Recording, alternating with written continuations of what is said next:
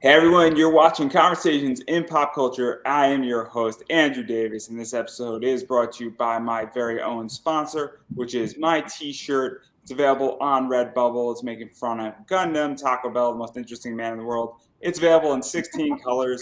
So if you like anime, you like fun stuff and all that cool stuff, and you want this t-shirt, Redbubble, it's in the show notes up above or down below, depending on where you're looking at it.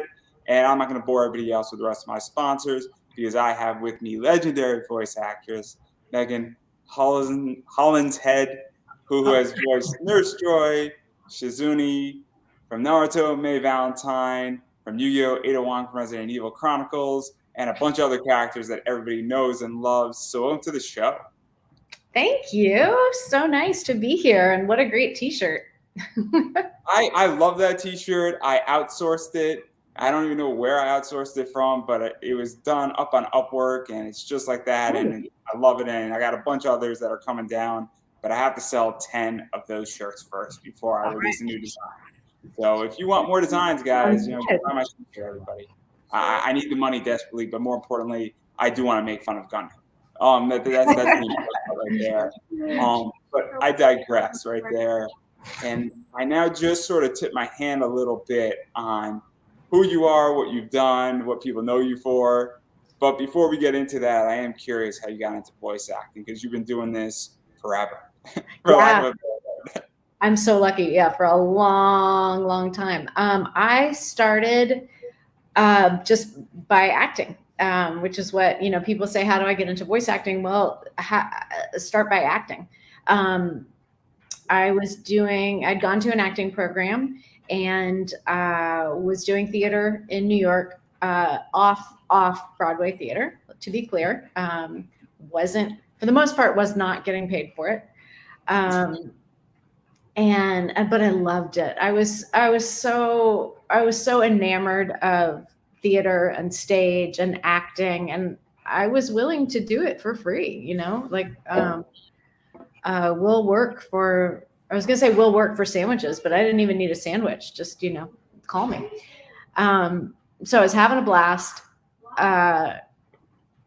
Don't leave your day job. I didn't leave my day job. I had a day job. I would do theater at night. And then somebody said, do you do voiceover?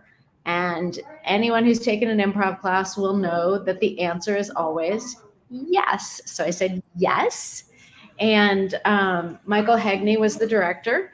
And he, you might hear the rain behind me. It's just starting to pour. He was the director, and the project was Pokemon. So I got cast as Nurse Joy in Pokemon, and it actually took them a while to cast me. Yeah, there she is, the beloved Nurse Joy. Your Pokemon will be just fine. And I had so much fun in that audition. They read me for every female part, for Ash, the young boy, the lead. And Michael Hagney was like, here's how you do it. Here's how you change your voice. Here's the style we're looking for. Here's the notes to hit. And I just had so much fun. And I knew that I had done a pretty good job. I was like, that was fun. And I think I did pretty good work. And so I was, this is so terrible. I feel guilty saying this, but I fully expected to hear back. And then I didn't for like a month. Then I thought, well, that's weird. I mean, nowadays I do auditions and I just never expect to hear back, because an average for booking, like at least in commercials, is like 1 out of 100. So, I just do auditions and try not to think about them. But back then I didn't even know that rule. So I was like, why didn't they call me? And then finally they did. And they said, you're Nurse Joy, and we're going to pay you for this job. And I thought, my goodness, how I get to act and get paid? Is there such a world? So yeah, that was my first job. A little bit. So to even talk about that, because obviously this was, and I think it's safe to say it, when Pokemon was coming through, when Digimon was coming through, it was still very much the Wild West, where nobody knew what anime was. Nobody knew how big it was going to be. Nobody knew that Pokemon was the next big thing. It still is the next big thing, technically. Right? So what was this like coming into this, and you saying, okay, was it you coming in saying this is something that seems fun and it's a paid gig, not even realizing how big it was about to become and how this was going to usher in this new wave of my generation. Because I'm 29 and I'm still a Pokemon fan. So this is like right when I was learning how to turn on the TV, you know? Yeah, totally. No, we had no idea what this was going to be. We knew it was a strange Japanese cartoon. That's all we knew about it.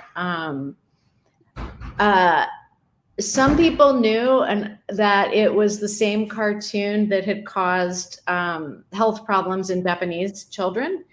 And I was like, when I told a cousin I was doing this, she's like, "Oh, is that the one that, did that thing?" And I was like, no, it has nothing to do with that. Well, yes, it was that one. Although we never aired that episode in the US. But other than that, we knew nothing about what was going on. I knew nothing about anime at all until I got to my first anime convention, which was because I was Nurse Joy. I was invited to this convention, and I was at I was on a panel with Crispin Freeman. I had no business being on a panel with Crispin Freeman, who knew, who had already been in hundreds of anime titles and was himself an anime fan, still is. And I just sat there because I had nothing to add to the conversation except, wow, this is the whole thing that I've been accidentally thrown into. So yeah, I got dropped in by luck, by sheer good luck. And then even going further into this, because I mean, obviously Nurse Joy is very much a staple in Pokemon. It's referenced to a lot of different things. Yeah. There's a lot of memes and a lot of jokes about Nurse Joy. There goes my water bottle. Catering is brutal here. And then even go further with Nurse Joy. The whole thing is that, like, obviously you were her for 6 seasons. You were in a bunch of movies as her as well. Yeah. And so what was this like? Because, she's not in every episode, but the episodes that she's in, I mean, that Charmander episode is a very classic episode. Like, everybody knows that episode. Absolutely. No, it was a blast. And in addition, back in the day, like, they would pull us in for anything. Can you be an old lady? Can you be XYZ trainer from XYZ gym? So Nurse Joy is obviously super awesome, but I also got to do all these other things, like you were Cassidy from the other Cassidy. I loved Cassidy. She's still one of my favorite characters. But yeah, it was just a great time. And it was kind of magical when there was a group of us who were doing both Pokemon. Sorry, my kid's yelling at my dog. Who were doing both Pokemon and Yu-Gi-Oh! And any number of other shows. And they would just throw us into another show, Now you're in Fighting Udons. Now you're in this. And, the other side was true too. Like, wow, I haven't been called into Cubics for a while. And they're like, well, that's because you were fired. Oh, okay. Well, there is a difference between getting fired and your character dying in anime. There's a big difference. Yeah. There's a major difference. Yeah. I thought I'd been fired from Yu-Gi-Oh, but it was just that Mai went into the shadow realm. I was like, oh, okay. Thank you. Thanks for not firing me today. And then even going further into Pokemon, and we're going to dive into Yu-Gi-Oh! In a second. I mean, obviously, the Pokemon movies you were a part of, and then you were also part of it. Then I think you were Annie in another one, and then you were in the Jirachi Wish one. I know that because I have a Jirachi card. I stole it, totally took it. Do you know, I found online there's action figures of Annie and Oakley. Who Lisa Ortiz and I voiced, and they wanted $800 for them. And I was like, oh, I would love to get my hands on those so bad, but not $800 bad, but it would be fun. I never knew the action figures. So I mean, Pokemon's insane. I'm a big Pokemon card collector, and I have cards that are worth like $400, $500, $600, which that I got for free, which is crazy. Like, special delivery bid off is an expensive Pokemon card. And they were giving them away for free if you ordered $25 off of Pokemon.com Oh of my like God. cards. So legitimately, if you ordered 5 packs, you got a like $400 card for frfree. Oh That would my cost you $25. It's crazy, and like I know people who are like, "Yo, Andrew, you selling it?" I'm like, "No," because I love this stuff and No. it's so Yeah. interesting. So It's so what is special. this like? So what is this like for you? Because Pokemon's been around for 25 years, Yeah. and then I think you came back for Pokemon Journeys. And Pokemon Journeys, is that the Netflix one? Yeah. I'm making sure because Lisa Ortiz is going to kill me if I got that wrong because she Yeah, was no, on you and get it spoke wrong. about Yeah, them. she's correct So now. She's so good. So what is this like being called back and it also being 25 years and it's still being relevant in a whole new generation? Yeah. That's not into it. Yeah. It's humbling. I'm definitely going back into I'm working with a new cast, a new director, albeit a close friend, a new style, a new company, everything's new. So it's really, in that sense, it's a new job. It's not me, doing the Megan show. It's me sneaking in and feeling pretty darn lucky to be a part of something new. On the other hand, I get to bring this like legacy role back to life. And so that's just been cool as heck. I also get to voice a new Pokemon, newish Pokemon. I get to voice Morpeko in Journeys. And I Isn't never it Team Rockets Morpeko, I think? say it again. Isn't it Team Rockets? It's Team Rocket's Morpeko, yes. And I never got to voice a major Pokemon, basically because I wasn't in the booth enough. Like Nurse Joy, I started voicing a couple of Pokemon, and they were like, "Oh, you're just not here enough." They needed someone who was in the booth often enough to do 1 or 2 noises, occasionally. So, yeah, that was super cool to finally get to be a Pokemon. And it's harder than I thought it would be. I'm like, oh, I just get to go my Pekka. But matching Flap to a Pokemon is really hard. It's really hard. But totally. It's so crazy because I'm a big kid on all this stuff and I watch the Pokemon Journeys. Now, I don't remember part of Pokemon Journeys because I might have been drinking something while watching it. What? Never. Hey, it's Friday night and you want to chill out, What? Yeah.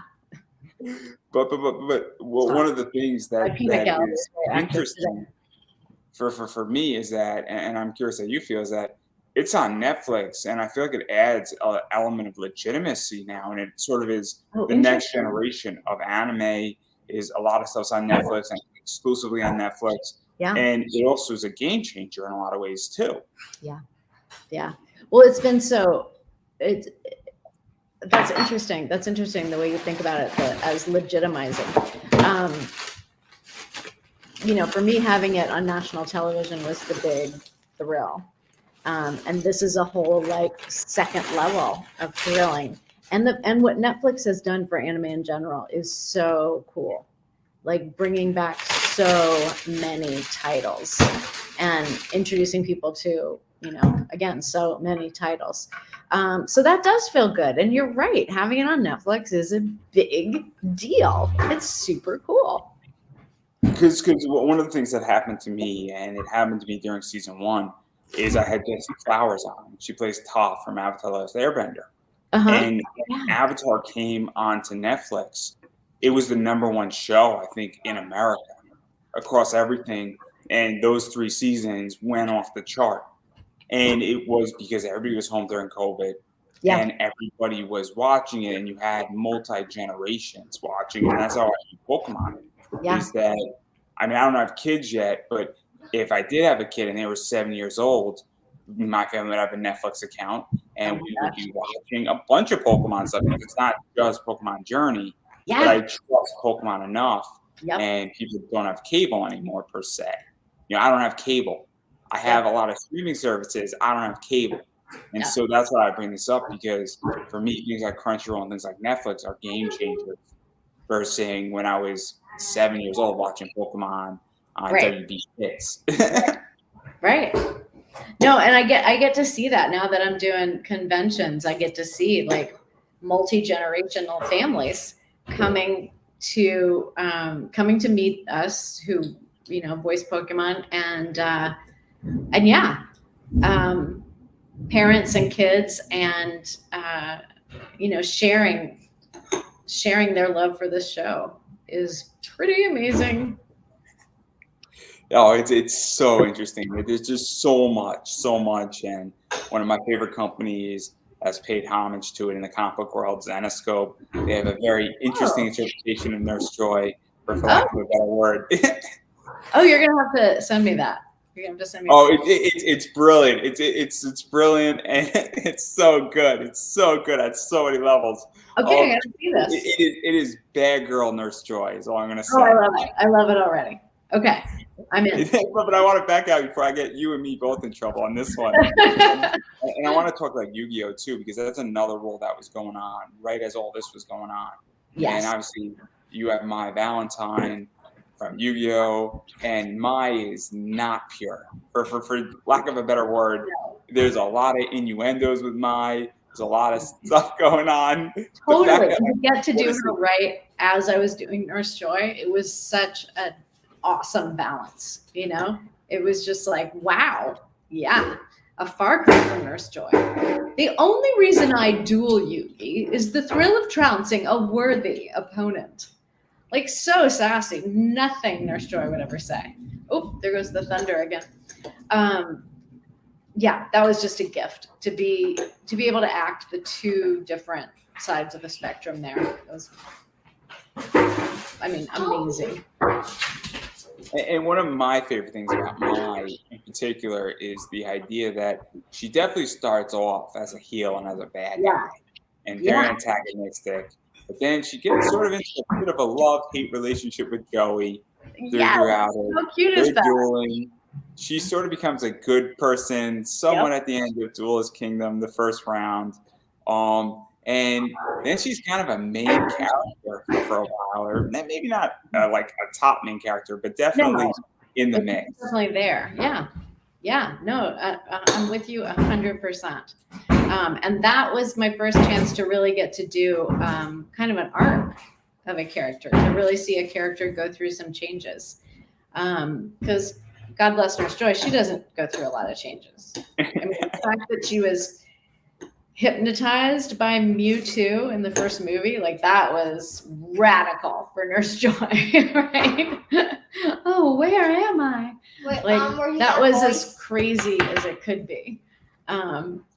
So to do Mai, who has a few more changes, that was pretty lucky. And to even go further into Mai, you can make the argument, and I think people might disagree with me, but Mai might even be bigger than Nurse Joy. And the reason why I say that is because Mai has a deck in Yu-Gi-Oh! There was obviously a lot of merchandise. Yes, Mai was a duelist. Mai is a duelist, yeah. And then also Mai has a Pop Funko. I don't think Nurse Joy has a Pop Funko yet. At some point they're gonna do that. At some point, I would hope. They haven't done any of the the humanoid characters in Pokemon. There's no Ash, no Brock, no Misty. But yeah, I wrote into Funko and suggested it. If I may be so bold, Funko, we need. What is that like? Because there is that idea that people have Mai decks. Say it again. People have Mai decks. So Mai Valentine mimic decks. They have her creatures, and so obviously there is a lot of stuff with her that's somewhat in play.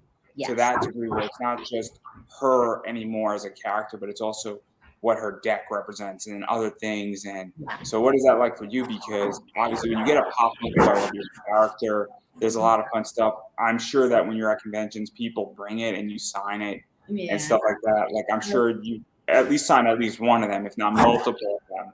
Totally. And so what is that like? Because that's a very big deal.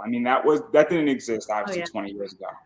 Oh yeah, no, that's super exciting. There were, I think I found a Nurse Joy action figure like when I first started out, and I just thought, well, now I've made it. There's an action figure of one of my characters. And when the Mai Valentine pop came out, I was like, oh, does it get any better than this? And one fan recently was talking about they need a Harpy Lady pop. And I was like, yeah, they do. That'd be awesome. But yeah, I meet a lot of people who have the My Valentine deck, and who they're like, oh, I've always played the My Valentine deck, and I love the Harpy Ladies, and here's Harpy's feather duster, and would you sign this card? And it's just so cool. Like I've said this before, so forgive me if you've already heard me say it, but we work alone in a booth. Each actor works one at a time. Ideally with an engineer, but since COVID, most of us just work remotely. We talk to an engineer and a director, but we're all by ourselves. And so to get to go to conventions and hear what work we've done, 20 something years ago affected people it's so cool. It's so cool. It makes everything worthwhile. We had a lot of fun back in the 4Kids day, but nobody was making money. Like, we all still had our day jobs. And it makes it worth it. It was like, oh my gosh, it's worth everything to know that we were part of something that really had a positive impact on people's lives. And even to go further into this, I mean, Mai's been in a few video games. I know that you voiced her in a few of them. I think Capsule Monster Coliseum was one of them. Destiny Board Travelers was, I think, the other. And so what is that like, too? Because, I mean, a little known secret, I don't know if it's true now, I don't know if it was true back in the day, but video games sometimes pay a lot better than anime does. I don't remember doing the video games for Yugioh. That would have been a while ago, but I definitely don't remember getting paid well. Yeah, nowadays video games do pay better than anime, which is, it's just sweet. You're like, another way this works out. And as actors, we kind of need that. We need that balance. We need to do a national commercial every couple of years to really stay on top and pay the bills. It's the dirty secret of voice acting that I think everybody doesn't talk about. I'm in the comic side of things, yeah. And there's the creation side of it, and there's the actual talent. But then there's also the business side of things. It's the same thing. I'm really big into professional wrestling and indie wrestling. Yeah. And there's a difference between your craft in the ring and your business acumen. And those are two separate things, but you need both in any sector in life to succeed, let alone in the creative industries. I think it was Woody Allen. I quote this all the time. There has to be business. Otherwise, it would just be called show instead of show business. But yeah, I spend as much, if not more time, marketing and, doing work on my booth, making sure I've done auditions. I definitely spend more time auditioning than working.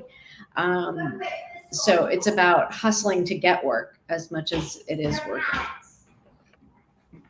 It's very interesting. And I mean, I'm more on the comic side, and I'm a comic book investor, and I spend more time researching than I actually do buying any books. Because I need to write with one book, because the rate of return is a 3 to 4x. So if I'm right with one book and I buy 3 of them, my rate of return is 3 to 4 times what I put into it, versus buying a lot. So I don't need to buy a lot. I need to understand and research the product. And I think that's something that people buy the right ones. That's the whole thing, same thing with cards and all that stuff. But that's a whole different thing. I'm teaching that class in October, everybody. That's all you are. That's so cool. It's going to be a fun class. It's going to be like 20 hours. I'm going to make it as cheaply as humanly possible for everybody, so everybody can afford it. And all I'm going to say is that if you can't afford it and you shoot me a message, I'll sneak you in somehow at a fair price. If you really can't afford it, But that's just out for everybody. I've said it on multiple shows. I'm gonna say it again. So, but I definitely want to talk about another role going outside of Mai. Obviously, she went into the Shadow Realm, guys. I don't know if she came out. I stopped watching Yu-Gi-Oh after season 3. Oh wow. That's something, huh? She went into the Shadow Realm, right? Like, I forgot that, to be honest. That's bold. I mean, Yu-Gi-Oh went I'm gonna have dark. to rewatch that. I'm gonna have to have a talking to with Miss Mai. I'm definitely just hung. saying. She was one of the boys. She definitely hung with the boys, but definitely she was her own thing. I was gonna say without losing her femininity, but that's pretty obvious in Mai's case. Yeah. It's pretty obvious. I mean, Yeah. so many jokes I could make, and I'm purposely stopping myself before I continue making anything that'll get me in trouble first and foremost. I think that's. But, I mean, well, one of the things is that, and obviously, I mean, because I know you were only voicing Mai for 3 seasons, and that's because obviously she sort of got written out of the show, and then it took it, and then Yu-Gi-Oh seasons 4 and 5, just as an entity. I actually moved. I was living in New York, living the dream, having a good time, but for a bunch of different reasons, I decided to move to LA. And back then, it was the idea of working remotely had just sort of started. And the idea of dubbing remotely was just too much for kids to handle. So I had moved hoping they would let me keep doing Mai Valentine and Nurse Joy. And they did not. They were like, thanks anyway, we can get someone else to do it. And so in my case, coincidentally, Erica Schroeder auditioned and did both roles. So both roles were in very apt hands. She's supremely talented, and only recently have we gotten to know each other, and she's an amazing person. She's an amazing person, and sharing 2 roles could mean that we were like didn't like each other or that we fight over them, but there's not a hint of that. She's just as classy as they come. So, and obviously, I mean, LA is a big hub for voice acting, and one of the shows that's big at there are 2 big shows really that came out of LA right now, Bleach and Naruto. Yeah. But before we dive into that, I do want to talk about this because I absolutely love this show. I love this show. I think it's ridiculous. This is like love. Oh my gosh. I think you're one of the only people who I've ever heard, say, I love that show. I love that show. I had a blast doing that show. Sam Riegel directed that show. And I mean, we just laughed the whole way through. And I think it comes out. I think my character was like cuckoo bananas over the top. And, just acting is easier when you're like feeling really at ease and relaxed. And so with Sam, I was definitely feeling at ease and relaxed. And it's a great role because Gloria is just fantastic. And it's just the idea that show is easy to digest. It's easy to watch. It's fun. It's sort of, funky. It might be a good way to describe it. But I view it like a Love Hina in a lot of ways, where it's just kind of just okay. You buy into what's going on and you have fun with it. Exactly. You just go along with the ride. Don't question it too much because it won't hold up. Have fun. It was written. I don't know. There was some line that was written in a funky way, and so I can't remember what I was supposed to say, but we were watching the character's mouth move, and I said she's kind of going ha ha ha, and so Sam said, just go ha ha and ha, and I was like, who says that? He goes, that'll just be your catchphrase. I'm like, oh, okay. And so we were able to work it in like once or twice more. And so I was like that. I enjoyed that. I'm like, your catchphrase is ha ha and ha. Yeah, that was. I love that show because it's just easy and it's not that hard to chill out and relax. Like that's how I view certain shows where, and I think this is something that is nice about a bunch of your roles is you have this serious stuff that happens, but then you have stuff in your career where you're just like, okay, I know the voice, but I now don't have to take this character so serious. And I would imagine that's for sure. It must be nice when you have a serious, very important, story moving role, but then it's also fun to come into a show and be like, look, we're just going to have a good time with this. And we're sort of pushing the lines a little bit. It might be a little etchy is a good word to use, but it's fun. And it must be nice for you because it's never a boring day at work, if that makes any sense. 100%. It totally makes sense. And you're exactly right. Bleach was an awesome balance because some days I would come in. Some days I would come in and be, indestructible warrior princess, not even princess is too soft, indestructible warrior. And then other days I would do like the little previews and I would just be shopping. Let's go to the land of the living. Oh, can we go shopping, please, Captain? So the captain's the ice one, right? Yeah. Because I just had Steve on. I just had Steve Staley on, and he's great. He's absolutely great, and it's brilliant, and I just love the way that character looks. I really do. Right. There's some very, very interesting art books of Bleach done by Type Kumbo, who's the artist and the manga guy, and he's very attractive. Beautiful. Yeah, and there have been some beautiful cosplayers of Rangiku. I mean, just wow. And so even going into Bleach, we're going down to Naruto, following that, what is that like? Because at the time that Bleach was coming out, it was one of the big three. Yeah. Obviously Texas has One Piece and Bang Zoom has Naruto and Bleach. And Bleach was all over the place. It was very much pushed out by Shonen Jump as being one of the three. And everybody was talking about Bleach. Everybody was watching Bleach. I was watching Bleach. I was reading Bleach. And what is that like? Because you just came from Pokemon through Yu-Gi-Oh! Into Naruto and Bleach. And it's kind of a big deal, I think, when people say, oh, snap, those are 4 major, I guess, generational shows. Yes.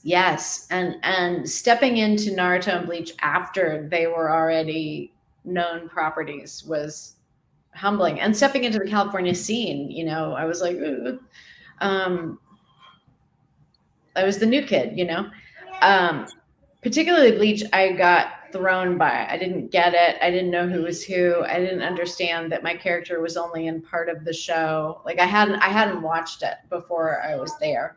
And so Wendy Lee was directing and she did an amazing job telling me who was who and what was going on, except that she forgot to tell me that I was only in the spirit world and there was a whole other world. And so I was like, who's the lead in this? Like, I don't get it. And then finally, when I started watching it, obviously it all came together. But yeah, it's such a good show. I love Bleach. It's really wonderful, and then obviously they're coming back with something, and nobody knows exactly how that's all going to play out. So I'm not going to push. I'm not pushing on anybody. I don't know. A couple of actors have announced that they believe that it's going to be the original cast. I haven't heard anything, but I'll be really sad if they replace me. I will. I'm just going to admit it. I will, boo-hoo. And then one of the things about Bleach that was nice is that there was a bunch of movies, there were some video games, and you were in the movies, you were in the video games, which is always nice when a company and people behind the property understand that you have to keep the original voice cast in the video games if it can. Sometimes somebody has a conflict, sometimes things happen, but even when you have somebody playing the same character in the movie. For me as a fan, it's authenticity, I guess is the word I'm looking for, on both video games and even in the movies, because Yeah. we all know if you watch enough anime, that doesn't sound the same, 100%. 100%. Do you remember? I don't know if you remember in soap operas, they used to, if they changed actors, a very serious voice would come on and say, "The role of Rangiku is now being played by Megan Hollingshead," and then a totally different actor would walk on, and you were just like, "Oh, okay." Oh man, I haven't watched this soap opera in forever. It's been a long time on They're that exactly front. the same. So I don't even remember what a soap opera was. What is it, like Days in Our Lives? Something like that back in like the day. Oh god. I mean, I'm 29. I'm not that old. I used to watch The Young and the Restless, and it was on recently. Like, I don't know if I was in an airport or a restaurant or somewhere, and I was like, wow, it is exactly the same. The characters are the same. The stories aren't much different. It's Nothing. crazy. Just it's been going on forever. Yeah. But even talking about a show that's been going on forever, we got to talk about Naruto too, because we went from samurais to ninjas, guys. I mean, I don't think you were in One Piece. I don't think you were in One Piece, because if you were, that would be I was not in One Piece. I missed pirates. the One Piece. We're stopping at ninjas here. But what was this like coming into Naruto? Because that's the other one, and Naruto is, I guess, one of the biggest shows in the world, technically, to this day. Yeah, Naruto is so good. I love that show. I love the artwork. I love all the other actors. Like, how good. Oh, that's a good picture of her. I mean, how good are the actors? Oh, oink, oink. And I loved that. Naruto is one where I auditioned, and unlike Pokemon, I didn't think I did very well. And I was at Stephanie Shea's. I was with Stephanie Shea, and Mary Elizabeth McGlynn was there, who directed Naruto. And Mary Elizabeth said, "Don't think we forgot about you. Your character's just coming up later." And I was like, wow, that's so cool. So yeah, Shizune was introduced as first Lady Tsunade's beleaguered assistant. Like, she had to take care of this drunk, irresponsible boss. And that was super fun. And then I got the role of Tauntaun the pig because I was in all the same scenes. So they're like, yeah, you might as well be the pig too. And then said, well, do you want me to sound like a pig? Oink, oink, oink. And they're like, could you just put a K in that oink? I'm like, what? Like an actual oink? Yep. We want you to say oink. I'm like, well, that's not realistic, but it is awfully cute. So Tauntaun only says oink. It's so fun, and it's great, and even to talk about, obviously, Shizune, I think is how it's pronounced. I'm sure I got it wrong. Yeah, she's. I'm not even gonna try anymore. I gave up. Keep doing it. You got this. So to even talk about her, and obviously she comes in. There's the scene where Naruto, they're looking for the fifth Hokage. They find Tsunade, and then she's sort of encouraging Naruto to some degree, and it's a real pivot in Naruto. This is kind of him now starting, and she's part of the initial track of him becoming the seventh Hokage to some degree.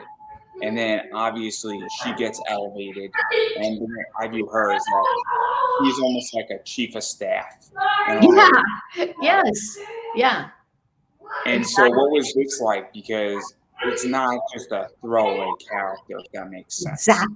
Exactly. That's the crazy thing about Shizune. I'm going to have to put the kibosh on my crowd.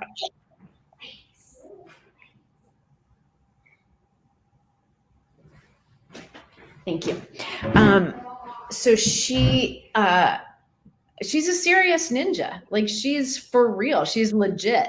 She just also has to wrangle Lady Tsunade and do all the paperwork. And actually, I was an administrative assistant for years. And so I super relate to all that. I relate to taking on all that work and feeling responsible. So that part came easy. And yeah, but then when she actually got to be a ninja, be a medical ninja, that was awesome. She's badass. She's so cool. And she's instrumental in Sakura's development as well in a lot of ways. Yes. Yes. Yeah, she's again like Mai Valentine and like Rangiku. She's got a lot of dimensionality and she gets to do a lot of cool things. And Naruto, spoiler alert, but yeah, she dies. And then she comes back. So, yeah. And obviously, I mean, we're going to spoil everything. Naruto's been out forever. If you don't know who dies in Naruto, I don't know what to tell you. I mean, it's not new. It's not like it came out yesterday. And it's not really going to ruin the show if you know that Shizune dies, right? Wow, everybody. My house is a train station today. This doesn't usually happen. Anything could happen live, everybody. Anything could happen live. Yeah. Yeah. But even going further into Naruto, and Naruto is the gift that keeps on giving, because obviously there was Boruto, and I know she has a few places and positions in Boruto.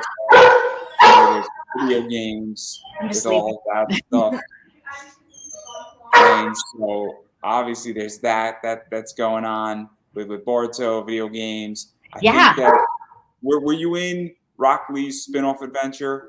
Possibly. I think I was in like one episode of that, but not much. Not much. Rock Lee was not. But even still, it's the fact that Naruto still is giving, because every single year, or every 2 years, there's a video game. They always need everybody's character back. It's also Boruto stuff. And so, what is that like for you? It's so good. It's great.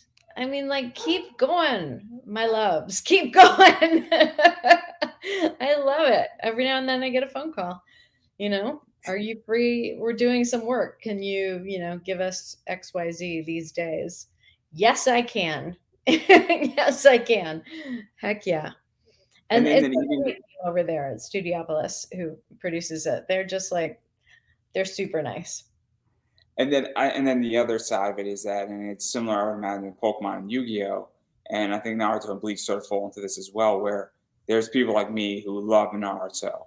Yeah. There's people who love Bleach. And I know that Bleach had some Pop Funkos. I know that Naruto, every single year, they release new Pop Funkos. Boruto's releasing new Pop Funkos. And there's always new merchandise and stuff like that. So what is that like for you when you go to a con? Because there's all these people who do know your stuff that's out there. Yeah, it's cool. Shizune doesn't have much merch, but there's some stuff, and I have some. I'll bring. There's some Naruto cards. Somebody released some Naruto cards, so I'll bring those with me. And I do have a Tauntaun action figure that makes me very happy. And yeah, for Bleach, I'm totally waiting on the Rangiku pop. I mean, come on. But there's some beautiful, very pricey Rangiku figures out there. I pre-ordered one. It's supposed to be coming soon, but yeah, I'm a sucker for all the figures. I love them. They're so cool. So what is that like for you? Because obviously you're bringing that character to life, and you didn't create any of these characters. That's right. You brought them to life. I'm not the Japanese actors even. I didn't draw them, and I'm not the original actor. I just get to jump on the excitement train. But one of the things that there's 350 million people in the United States. There's not 350 million anime fans, but there's a lot more anime fans than there were 10 years ago. It's now cool that people in the NFL know Naruto, know Dragon Ball Z, know Bleach. Mm-hmm. There's people in basketball who are like, yeah, before the big game, I was watching some Teen Titans Go. That's what LeBron James said right before in the NBA Finals, like 2 years ago. He was eating and watching Teen Titans Go before he's about to win a championship game. It's funny. But the point I'm making is that people know your voice who are famous. Is where I'm going with this. And That's so, what is that like for you? Because while you didn't create any of these characters, you did bring them to life for millions and millions and millions of people in the United States and in the world in a lot of ways. And it sounds weird when it's said that way, but it's a yeah, lot. you're freaking me out. That is honestly, I can't quite wrap my head around that, you know? I'm still surprised when I meet people at conventions who are like, "Wow, you were the voice of my childhood." And I'm like, "Wow." For me there's a certain kind of dissociation. That I know it was me. I know they're talking about me. I know you're right. A lot of people know my voice. And there's part of me that just doesn't quite believe it. It's just me. Just me. And I mean, these characters are never going to die. I hate to say it that way because, I mean, we're still talking about Nurse Joy 20 years in. We're Oh my talking god, about Megan they're never gonna Valentine die. 20 years in. Yeah. You know, No, they're not. Naruto's here for life. So is Bleach. And then you got some more complicated characters. So you got these two right here. Oh And boy. they're a little sick and twisted. Yes. Yes. Oh my god. I mean, they look adorable in this. They look adorable, but they are not adorable characters. They totally are adorable and freaky. I love that show. So here's what happened. They oftentimes when you go into work, no one tells you about the whole show. Sometimes they do, but anyway, you don't know much more than the day you're working on. They'll usually tell you about the past, but not necessarily the future.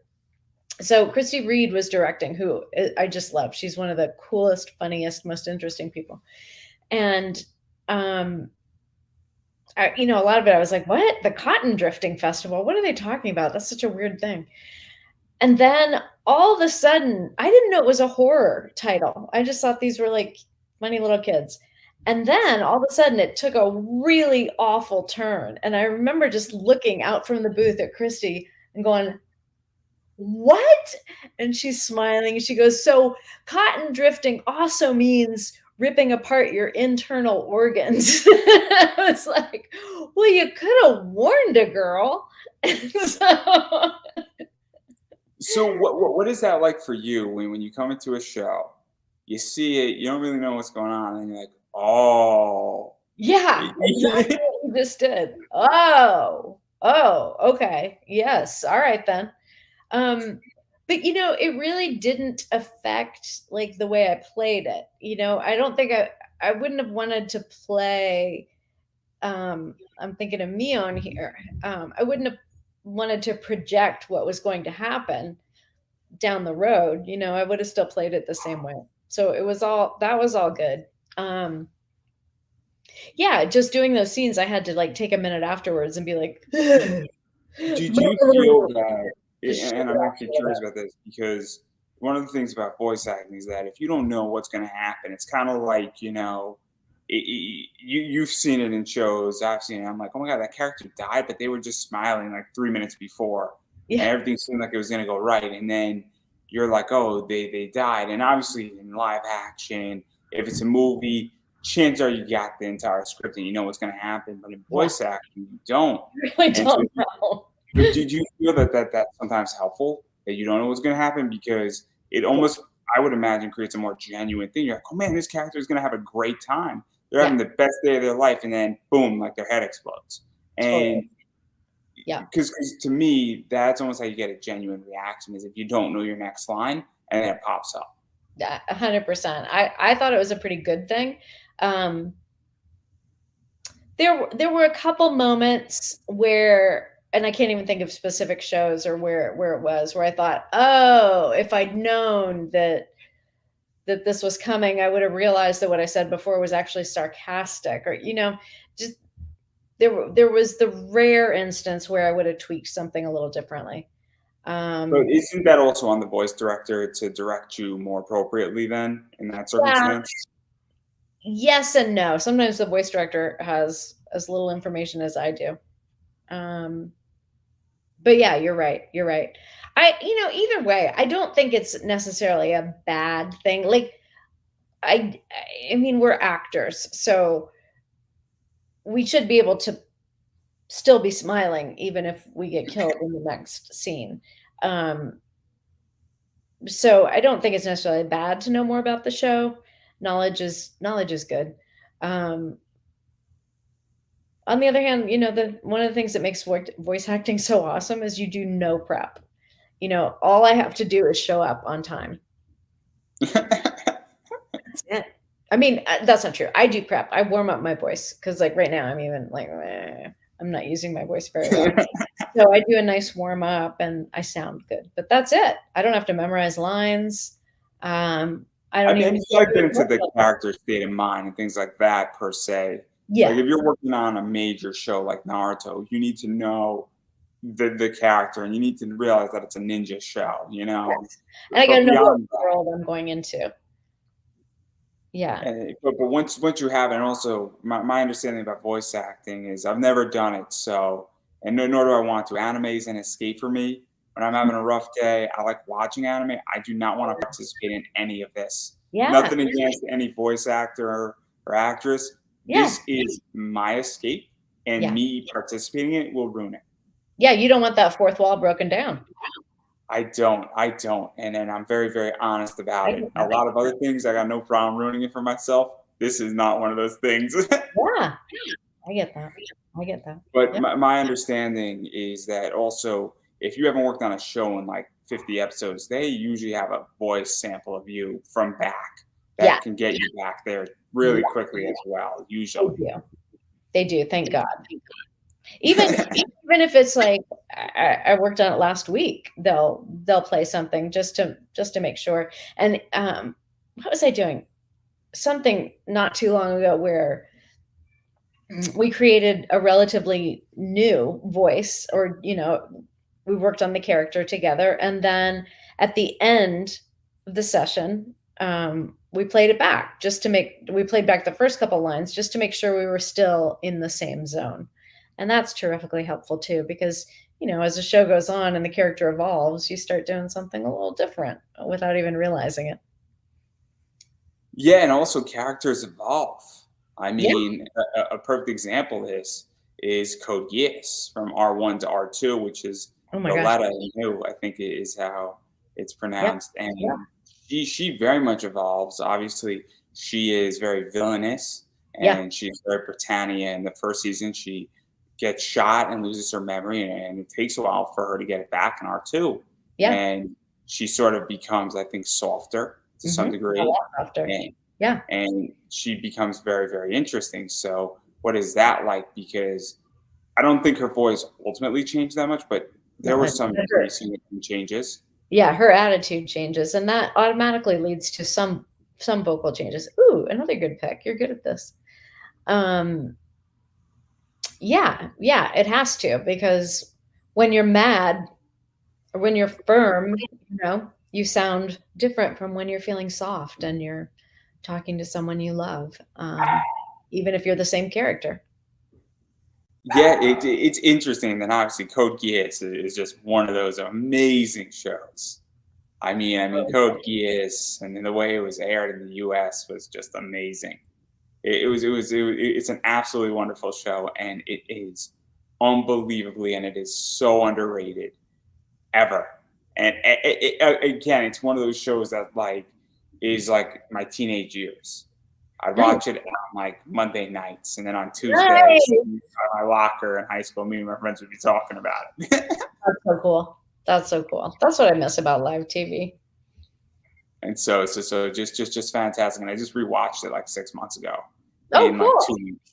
2 weeks, 50 episodes. Very, Nice. very interesting show. And amazing. And what is that like for you to be in, because this is also more of an adult show also. Yeah. Even going further, obviously When They Cry is somewhat of an adult show. Yeah. This is an adult show. I don't consider Bleach Naruto to be quote unquote adult. No. So what is that like to step into that area per se? Well, doing Code Geass, it was the first time I realized that there was that genre, that was more adult. And yeah, I mean, I don't. It sounds so dumb. It's cool. It's cool. It's just another area to get to work in, get to play around in, and In much like Bleach, I mean, Code Geass just had a fantastic voice cast in it. totally, like it makes the show so much better. I know you just heard that. That's my Right. dog. Aw. She just came running, and like, you know how horses stop like on a Yeah. vine? That's how she just stopped. Reach. But she just kept sliding. I'm sorry. I wish I had it on film because it would be like it would get like 1 million views on TikTok in like a minute. Aw. I would be set for so many things for the next 6 months. Is all I'm gonna say. The amount of money I would make off of it, but I digress. We all need constant dog cams. And then obviously, I mean, I just love Code Geass. I had Rebecca Forstad on, who is Nana Leon. She's been on. Spike Spencer's been on. Yeah. Code Geass. And that's like another one of my favorite shows ever. That's so cool.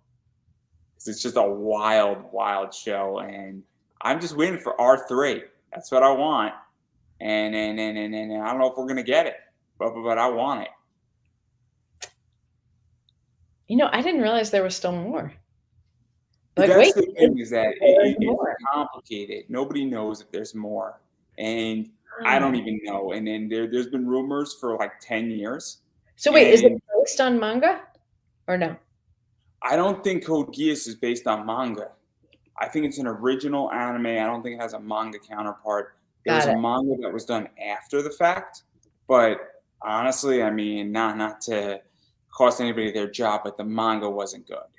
It wasn't mecha oriented. It had the idea of the Geass and all that stuff going on, but it wasn't as good as the anime was, with all the mecha stuff going on, and just because the anime was just done beautifully.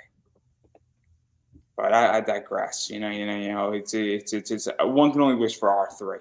R3 would break the internet. Is the point? That would be awesome. I'm just saying.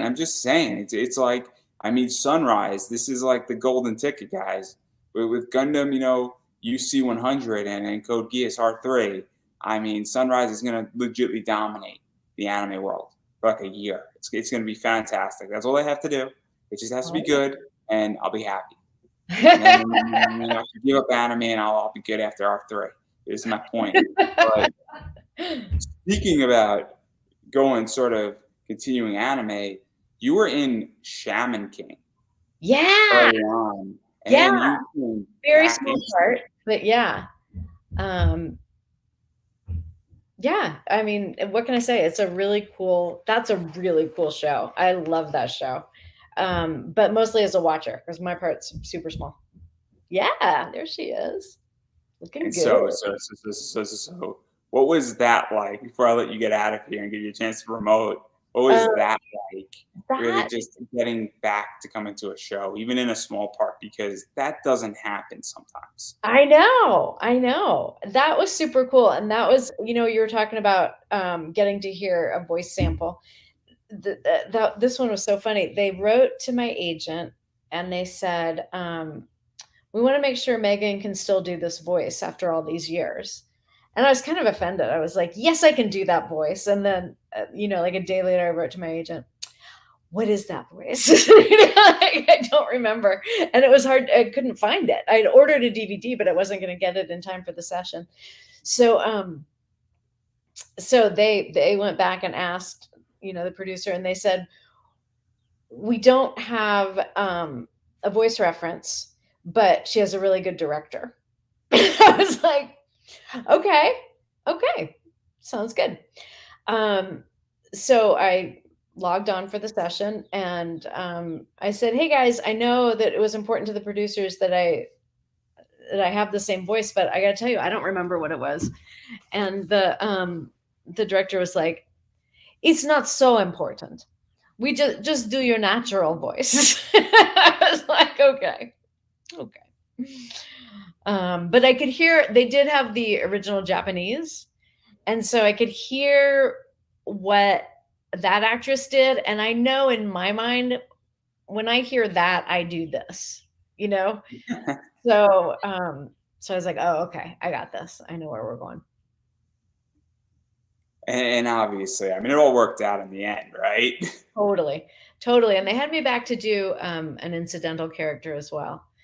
And Because you did a few in Shaman King, and obviously that was a big deal when that one came out in 2021. I want to say, kind of it being a reboot slash a reshoot slash a continuation. I don't even know what exactly it's called. all of the above. All of the above. And so obviously That's that's cool in that regard. Yeah, I love that. Yeah, no, and obviously, I mean, I missed a bunch of your roles. I know I missed a bunch of your roles. I missed a bunch of your video game stuff also that you've done. Oh my gosh, we You've can talk about everything. A bunch of stuff. I've forgotten a lot of them. So people will come up to me and say, "Remember this?" And I go, "Oh, yes, I'd forgotten all about that." Yeah. But I do want to back out of this because I know you got to get it going soon and moving on forward with life, and life gets in the way of things, unfortunately. But obviously, where can people, because unfortunately people don't go to cons as much as they want to. People are still dealing with COVID right now. Yeah. Everybody's located in the world. That's my dog doing something. So obviously, just 1 second. She just stops. Sorry. Urgent. She needs to go outside, have a field day. Anyway, one of the things is that obviously people don't go to cons for a variety of reasons. And I think you do some stuff on Streamly or Streamly Link or something of that nature. Yeah, I've done stuff. So where can people bother you for that stuff? I know that you had something with Eric Stewart, I think, who's Brock. Yeah. Joy, and it was like double signed. I saw that on the internet. So there's stuff that happens in that realm. So where can people get autographs and stuff like that and things signed? Mostly I keep things up to date on Instagram. That's my main social thing. So I'm at Megan Hollingshead VO on Instagram. And I also have a website, meganhollingshead.com. And I'm also on Facebook at the same handle, Megan Hollingshead VO. So, if there's anything happening, you'll see it there. And one of the things that I'm going to say, and I'm just going to continue to say it, is you need to support people in any sector that you like their work. So what that means, first and foremost, is you need to follow people on social media. So following people on Instagram, Twitter, it means something, even if you're not necessarily always engaging. Like in an Instagram, like in a Twitter, like in a Facebook page, makes a difference. Somebody's got an email list, sign up for it, makes a difference. And then furthermore, and finally, obviously, if you like a voice actor or voice actress, obviously you should buy and watch their shows first and foremost. That's a given. You should tweet about it and let them know that you're watching it. And then if they do have merchandise that is for sale or autographs, whether that's at a con or on a Streamly or on a website store, you should be, hey, pick it up, because it does go a long way. And obviously you got some cool swag every once in a while up there that, is super limited. So I definitely recommend people checking that out. That's so nice of you. Thank you. Because the whole thing is that you have to support indie. And I've been preaching it for almost 3 years. And, it does go a long way, everybody. And I'm going to put all those links up in the description for everybody to check it out when I share this out as well. Big deal on that front. As far as I'm concerned about me, all my social media is down below. So I'm Pop Anime Comics on Twitter, YouTube, Facebook. I appreciate when people actually like my social media, share out my interviews, say hello to me. It means something. I say, oh, thanks for doing the interview. A bunch of people were saying, hey, really like this interview so far in this comment section. And when you're seeing this on the other side, once it's in replay, I appreciate the comments too, because that's what makes me feel special. So on that note, that's kind of where I'm at with everything. So please like me on social media and actually share out this interview, because that's what makes me smile in a lot of ways. And on that note, I'm not going to bore anybody with my sponsors. I know you got to get out of here, but I do want to give you a chance to have the final word. Oh, hey, be kind. And yeah, I don't know if I have a final word. Be kind, be happy. Well, that works for me. And everybody, that is a wrap.